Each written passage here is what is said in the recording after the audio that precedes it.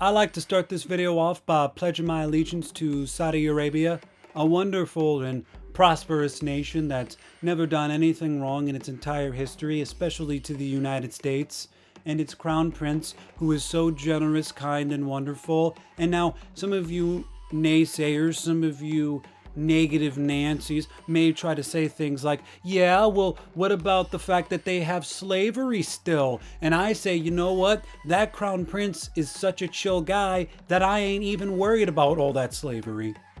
And some of you really big haters may try to say something like, well, don't they imprison and execute journalists? And hey, you know what? Maybe that journalist shouldn't have been talking smack, okay? Look, they have a clear set of rules, okay? They have a list. These are the things you cannot talk about lest you be put to death. And so if you don't want to be put to death, don't talk about the things on the death list and you won't be imprisoned and put to death. Look, my problem is never really with the people of a country. It's always with the governorship of the country, you know? So before you guys throw out words like xenophobic, despite the fact that I think Xeno Warrior Princess is a fine show and is even better than the Hercules television series, of which it was a spinoff to, I just wanted to say my problem is with the governorship, the monarchy of Saudi Arabia, not the people. There's probably a lot of cool people. All right?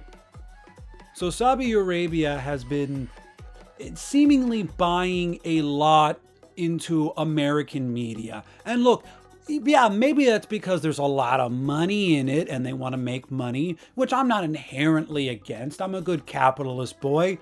But I do feel some concerns about letting a potentially hostile foreign ally who's, plotted terroristic attacks against the United States, one of the biggest ones we've ever had, 9/11. I feel that there's maybe a conflict of interest issue in letting them buy up numerous amounts of American corporations and influencers.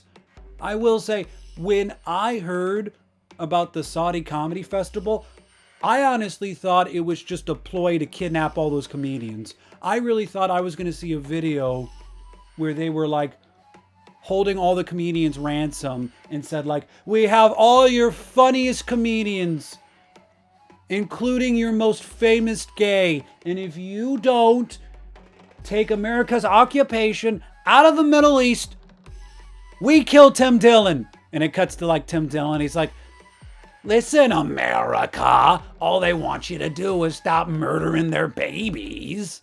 It's just stop murdering their women and children and we can go home. They're gonna cut my head off, America. It's gonna be really hard for me to do a podcast without a head.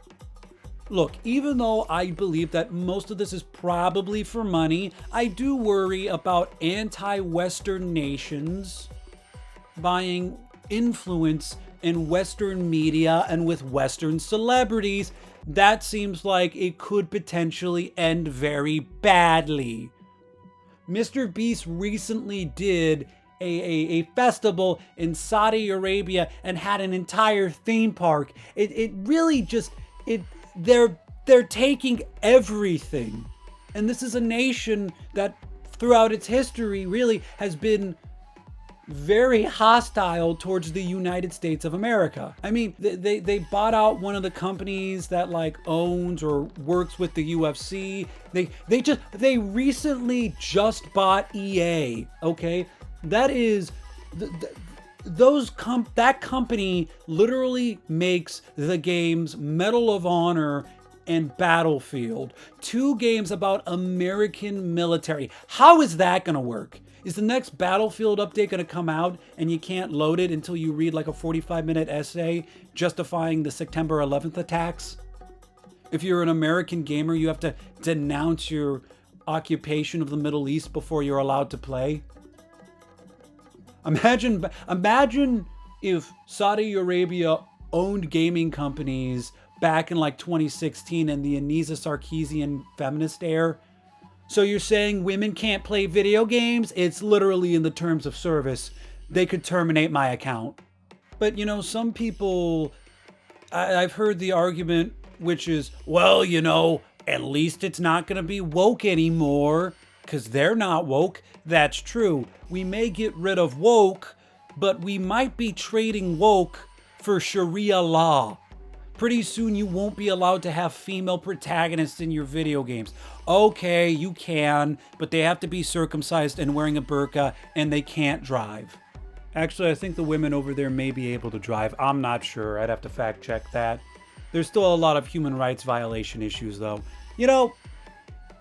Maybe, and again, my beef is with the governorship and not inherently the people, but maybe this ends well. Maybe this isn't Saudi Arabia trying to buy out Western influence to dismantle it within. Maybe they just really want to make a bunch of money, and the crown prince ends up thinking that video games are really cool, and ends up becoming like a fan of like Call of Duty and Mountain Dew, and he's like, what? I used to hate America, but I really love the John Wick movies now. And I'll be like, yo, man, you cool. We should get some Code Red Mountain Dew and play Battlefield. He'd be like, I love that. I'm sorry about 9/11. I forgive you, man. I'm sorry about all the women and children we slaughtered. And he'd be like, I really wish you didn't bring that up. Anyways, let's hang. That's the happy ending. That's what I like to believe would happen.